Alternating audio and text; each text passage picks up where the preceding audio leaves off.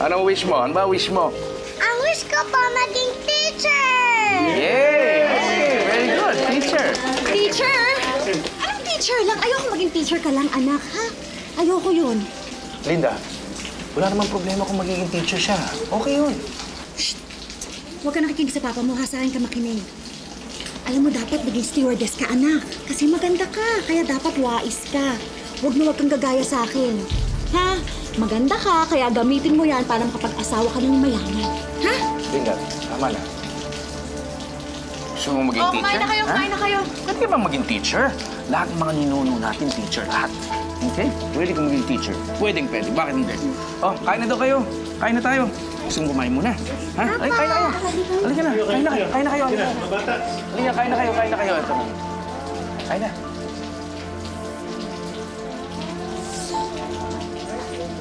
Oh. Kain na kayo. Oh.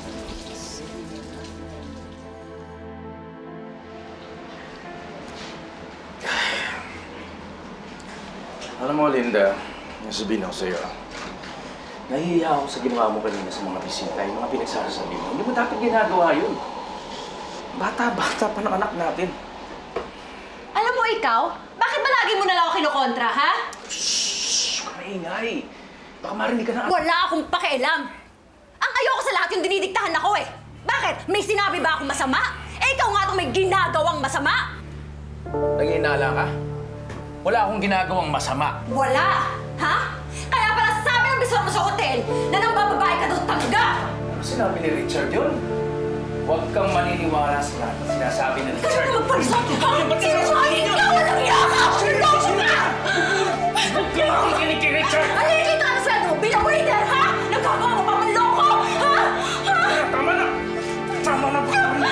Hindi ka na pinakasalan!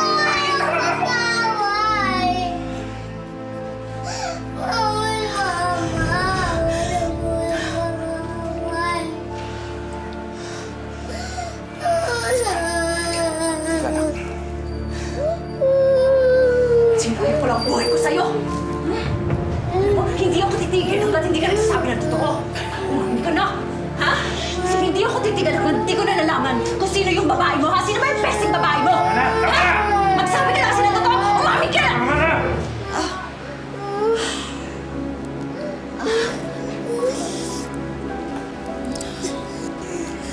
Anak.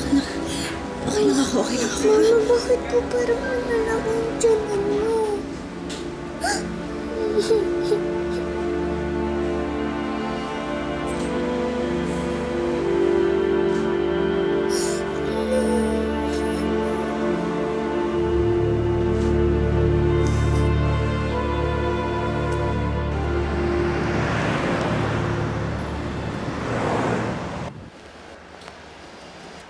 Oh, Ken. Oh, pre. Si Sir Richard ba nakita mo? Sir Richard? Oo. Hindi. Bakit? Sigurado ka? Oo eh. Parang nakita ko naglalakad dito kanina eh. May naghahanap kasi sa kanya. Pre, sandali. Dali. Nandito lang yun. O yan, andali. Sir Richard, mawalang galang lang ho. Meron ho kasing naghahanap sa inyo sa loob.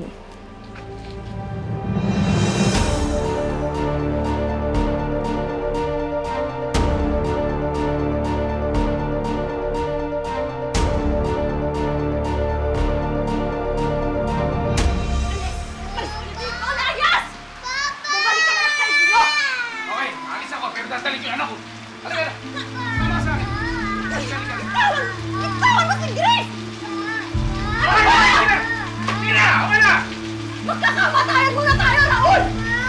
Masasaktan lang yung bata! Sige! Kung may karapatan ka sa bata, mas may karapatan ako dahil ako ang ina!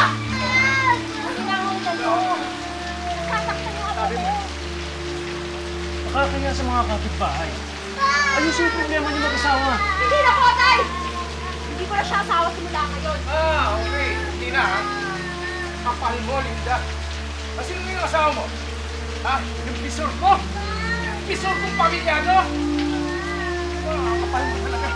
Sasabihin mo sa akin na ako ang babae. Pero totoo yan, ikaw ang nagpuntis. Ikaw ang nagpabuntis. Ikaw ang lalaki. O, saan na kayo? Kapal mo. Dapat mahiya ba ako? Ha? Hindi naman ako mahihiya dahil mas gusto sa ito ang isang lalaki na namin sinusubuan niya sa katulad ko! Ha?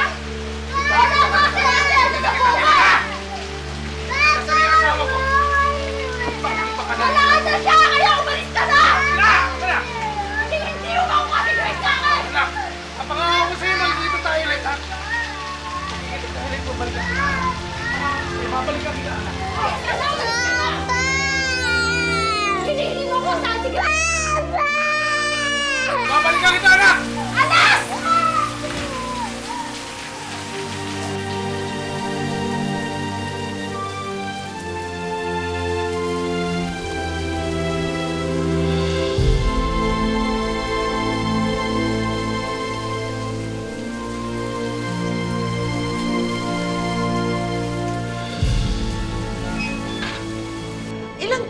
kayong kasal ni Riza nung nag-umpisang nagka-problema sa inyong pagsasama?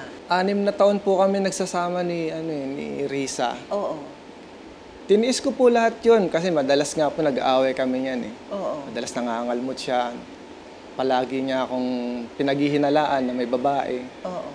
Kaya po hindi na kinaya, nagkaroon po siya ng lalaki. Kasi kumbaga binubuntong niya po sa akin na ako yung nambababae, pero yung pala, siya po ang may ginagawang ganun. At bisor mo pa? Opo. Kilala mo pa? Opo, kilala ko pa po. Nabuntis na po siya nung bisor eh. Yun po nga ang problema. Nabuntis siya ng ron. bisor. Opo. Paano ka naman sigurado na bisor yung ano? Kasi nung mga time po na yon na madalas na kami nag-aaway, Oo. hindi na po kami nagkakaroon ng... Hindi na kayo nagsisiping bilang hindi na po mag-asawa? Opo, hindi na po kami nagsisiping. Ang masaklap pa nga po nito, parang nagmamalaki pa sila. Nung nakita ko sila, parang dead ma lang, pinakita pa nila na nagyayakapan pa sila. E di, ang bala ko po talaga, puntahan po para masapak man lang o... Oo. Kaya lang po, sabi ko, wala namang mangyayari kung gagawin ko pa yun. Okay, oo, tama. Correct. Kaya Oo. kinimkim ko na lang po yun. Umuwi na po ako ng bahay. Sumunod na po kagad siya. Kaya pagdating po dun sa bahay, yun, nagpang-abot na po kami ron. Yun, kung ano-ano nang nangyari. Oo. Hanggang sa hindi na napigilan na maghiwalay po kami. Nung time po na yun, gusto ko po sanang mapunta sa akin yung bata. Oo. Kaya lang, ayaw niya pong pumayag. Okay. Tumayag na lang po rin ako. Tapos, nagsusustento pa rin po ako sa anak ko. Tuloy-tuloy naman ang tuloy-tuloy sustento naman mo. po, opo. Binibisita mo ba? Opo, madalas po. Pinupuntahan mo rin, Weekly paminsan. po, opo.